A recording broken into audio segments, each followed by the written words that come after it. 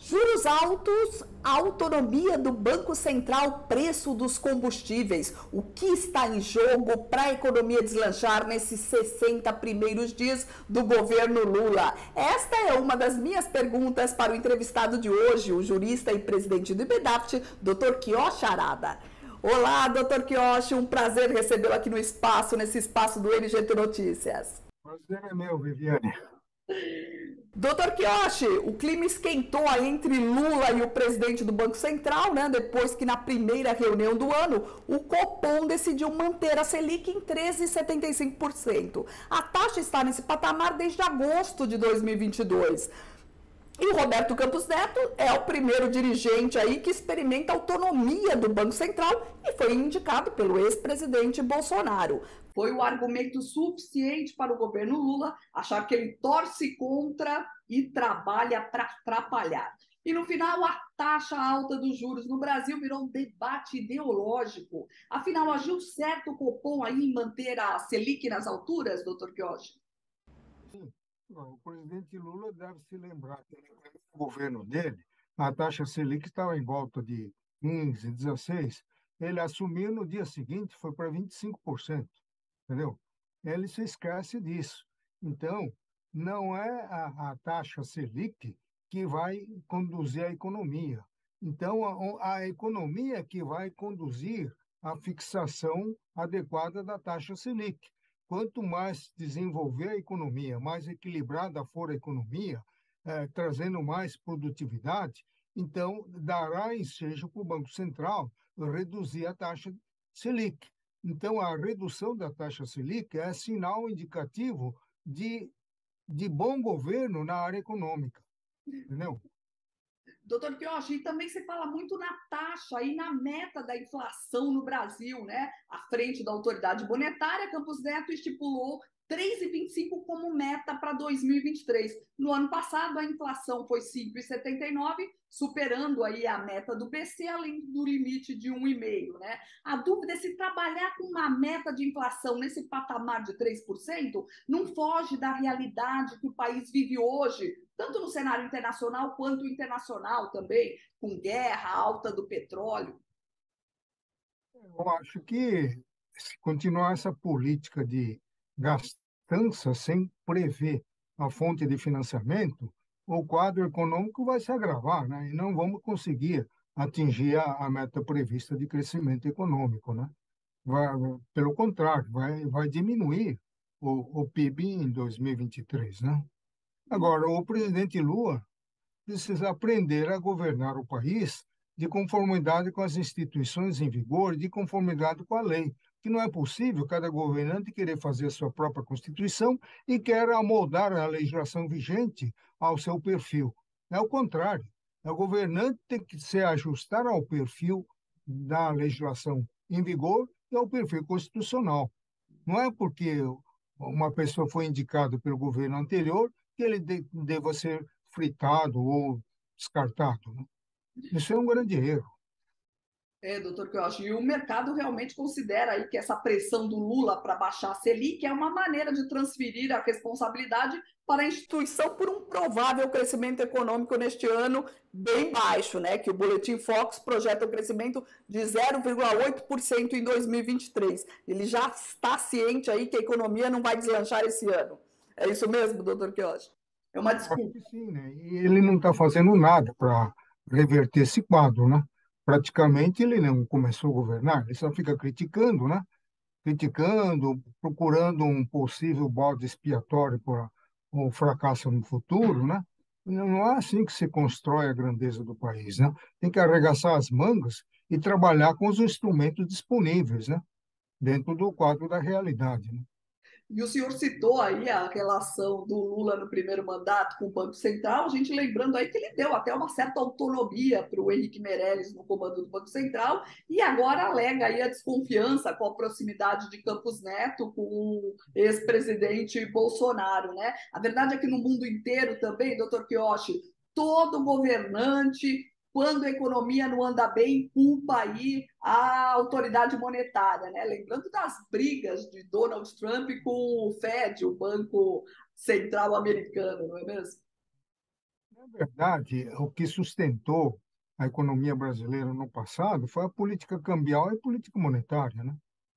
Que foi inaugurado pelo presidente Fernando Henrique Cardoso, né? Isso que sustentou a economia brasileira. Agora ele quer mexer em tudo. Aí fica difícil. Doutor Pioche, o senhor falou aí em responsabilidade fiscal e o preço dos combustíveis aí está em jogo, né? Foi outra guerra aí dentro do Partido dos Trabalhadores. O ministro Haddad está brigando pela volta da cobrança dos impostos desde janeiro, né? Enquanto o governo não quer acabar aí com a desoneração para não derrubar a popularidade do presidente Lula logo no início do mandato. Decidiu-se então pela retomada gradual dos impostos para não abrir mão aí de uma arrecadação de cerca de 30 bilhões de reais. Agiu certo? Acho que realmente tem que haver uma política de retorno à tributação do combustível na área federal de uma forma gradual, porque isso que o presidente Bolsonaro fez foi uma política emergencial, né? Havia, inclusive, o risco de desabastecimento da população em virtude da possível greve dos caminhoneiros. Então, foi por isso que ele zerou a tributação do combustível. Agora, isso não pode ficar assim o tempo todo, né? E, doutor, que eu acho que agora a solução aí para o preço dos combustíveis, espera-se a troca do Conselho da Petrobras, que deve acontecer aí agora nos próximos meses, que é para estudar mudanças na política de preço dos combustíveis. Estuda-se um fundo de compensação para garantir um preço razoável, né? Até para não pressionar a inflação. Será o certo a fazer? Sim, né? Porque o, nesse país tem a tradição de, quando você elevar o preço da gasolina, subir a tarifa do trem movido a lenha. Então, é uma espécie de impacto psicológico. Então, você tem que tomar muito cuidado com a alta da gasolina, né? Agora, essa alta da gasolina, em parte, o responsável de tudo isso chama-se o atual presidente Luiz Inácio Lula da Silva, porque o Brasil tinha um dos melhores programas de álcool do planeta, é o Proálcool. O que ele fez? Talvez para agradar os americanos, ele desativou todo o mecanismo de incentivo do pré-álcool.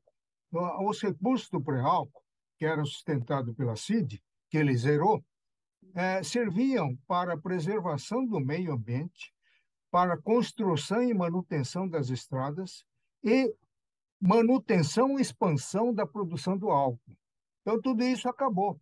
Então, para o álcool brasileiro foi lá para baixo, entendeu? Então, hoje, é mais vantajoso você usar a gasolina importada do que usar o álcool, que sai caro, entendeu? Isso graças à política do presidente atual.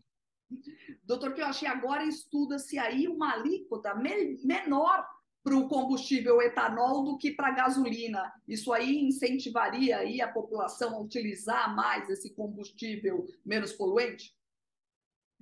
Só que aí significa subsídio. Esse subsídio tem um custo, né? Tem um custo social. Então, o governo vai ter que arrumar fontes de receitas para cobrir esse subsídio, né? Então, mas é uma forma de você incentivar o uso do álcool e poupar um pouquinho a, o consumo da gasolina, com duplo efeito. Primeiro, o efeito ambiental. Segundo, o efeito econômico, financeiro, propriamente dito, porque a nossa gasolina é importada, já que nós não conseguimos processar o petróleo extraído da camada do pré-sal. Não temos refinaria para isso.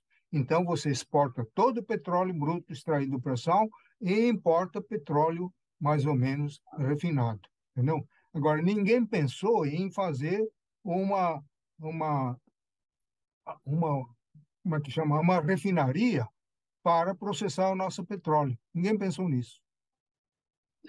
Doutor Kelch, mudando de assunto, falando aí um pouco sobre insegurança jurídica, né? A decisão do Supremo que permite a cobrança retroativa de tributos desde 2007, a cobrança da contribuição social sobre lucro líquido. Gerou polêmica a fala do ministro Barroso que empresas autorizadas previamente pela Justiça a não pagar fizeram uma aposta. Como o senhor analisa essa decisão da Suprema Corte?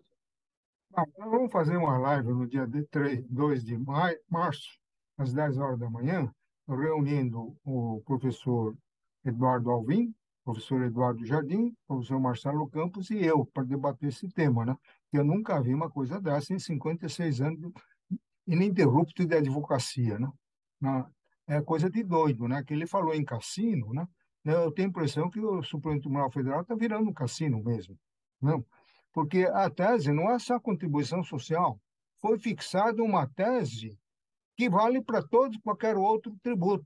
Alguém que tenha uma coisa julgada a favor para não pagar IPI, para não pagar ICMS, para não pagar ISS, uma decisão em contrário, no bojo de uma ADIM ou o recurso extraordinário com repercussão geral, ele terá que retroagir, tem que pagar retroativamente. O que me espanta, Viviane, é que em 2007, quando declarou a constitucionalidade da contribuição social sobre o lucro líquido, o Supremo Tribunal Federal manteve absoluto silêncio a respeito da necessidade dos detentores da coisa julgada, em sentido contrário, terem que começar a pagar. Não falou nada. E não falou nada de reversão da coisa julgada. Então, todo mundo ficou com a impressão de que quem estava com a coisa julgada está permanentemente seguro, entendeu? 16 anos depois é que vem dizer que você devia ter pago em 2007. Que é isso? Se isso daí não for facada na costa do contribuinte, eu não sei o que é. E pior, né, doutor Kiyoshi, prevê aí que você deveria pensar que o Supremo ia mudar de ideia, então você deveria ter poupado esse dinheiro para no futuro ter pagado essa dívida, uma dívida que estava É. encerrada. Viviane, a impressão que eu tenho é que o Supremo está agindo politicamente para fornecer recursos financeiros à União, porque aí a União ia receber não contribuição social apenas, todos aqueles tributos que foram dispensados de pagar por força da decisão judicial declarando a inconstitucionalidade da lei que instituiu qualquer tipo de tributo, entendeu? Isso que me preocupa, né? Doutor, que eu acho outra decisão polêmica aí. Inadimplentes poderão ser barrados em concursos públicos, ter CNH e passaporte apreendidos. O Supremo Tribunal Federal diz que vai analisar caso a caso e não haverá abusos. Será mesmo, doutor Kiyoshi? Eu sei, a minha tese é que tem que ser analisado caso a caso. Você não pode fixar a priori uma regra.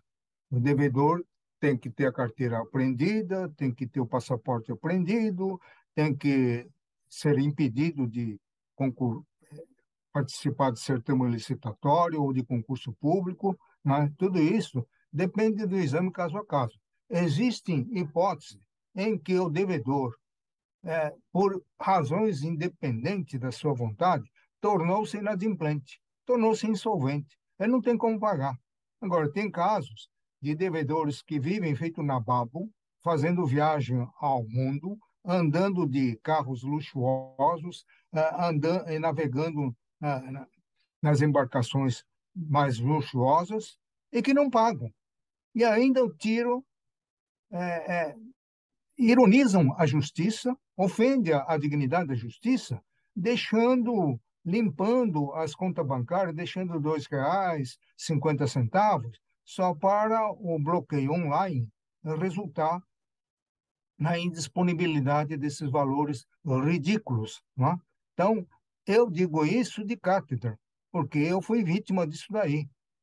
O homem sumiu com todo o dinheiro lá para Bahamas e deixou um monte de contas aí para fazer o bloqueio online e dar com burros d'água, né? Então, esses devedores, sim, precisa ter uma medida drástica prevista no Código de Processo Civil, não é? E para promover a interdição total ou parcial dos direitos. Sem dúvida, doutor, que eu acho que se analise, então, caso a caso, porque como a gente conhece bem a régua da justiça brasileira, a gente vai ver aí casos de pessoas que trabalham com aplicativos de transporte tendo a CNH aí suspensa porque deixaram de pagar a conta de luz de casa. Aí fica complicado, né? A regra, Viviane, aqui do brasileiro é o seguinte: eu devo, eu reconheço, mas só pago na justiça. E na justiça ele não paga. Quando chega na falta de execução, ele começa a fraudar a execução. Não? Isso é a regra. Eu digo o exame caso a caso, porque há exceções. Tem pessoas que querem pagar e não conseguem pagar. Aliás, isso daí, o governo que deu esse exemplo, né? Então, ele não pode esperar que o cidadão faça outra coisa. Eu vou lá, precatório, eu reconheço que devo. Eu vou pagar quando eu quiser ou quando eu puder. Ele não vai poder porque ele está desviando o dinheiro do precatório, entendeu? Sem dúvida, lembrando aí a PEC dos precatórios aí. Doutor Quioche, encerrou-se o nosso tempo, queria muito agradecer sua presença aqui no LGT Notícias. Eu que agradeço, Viviane. Esse foi o Dr. Quioche Arada, jurista e presidente de TEDAT, falando aqui no LGT Notícias de hoje. Muito obrigada pela sua companhia e eu te aguardo na próxima edição. Até mais!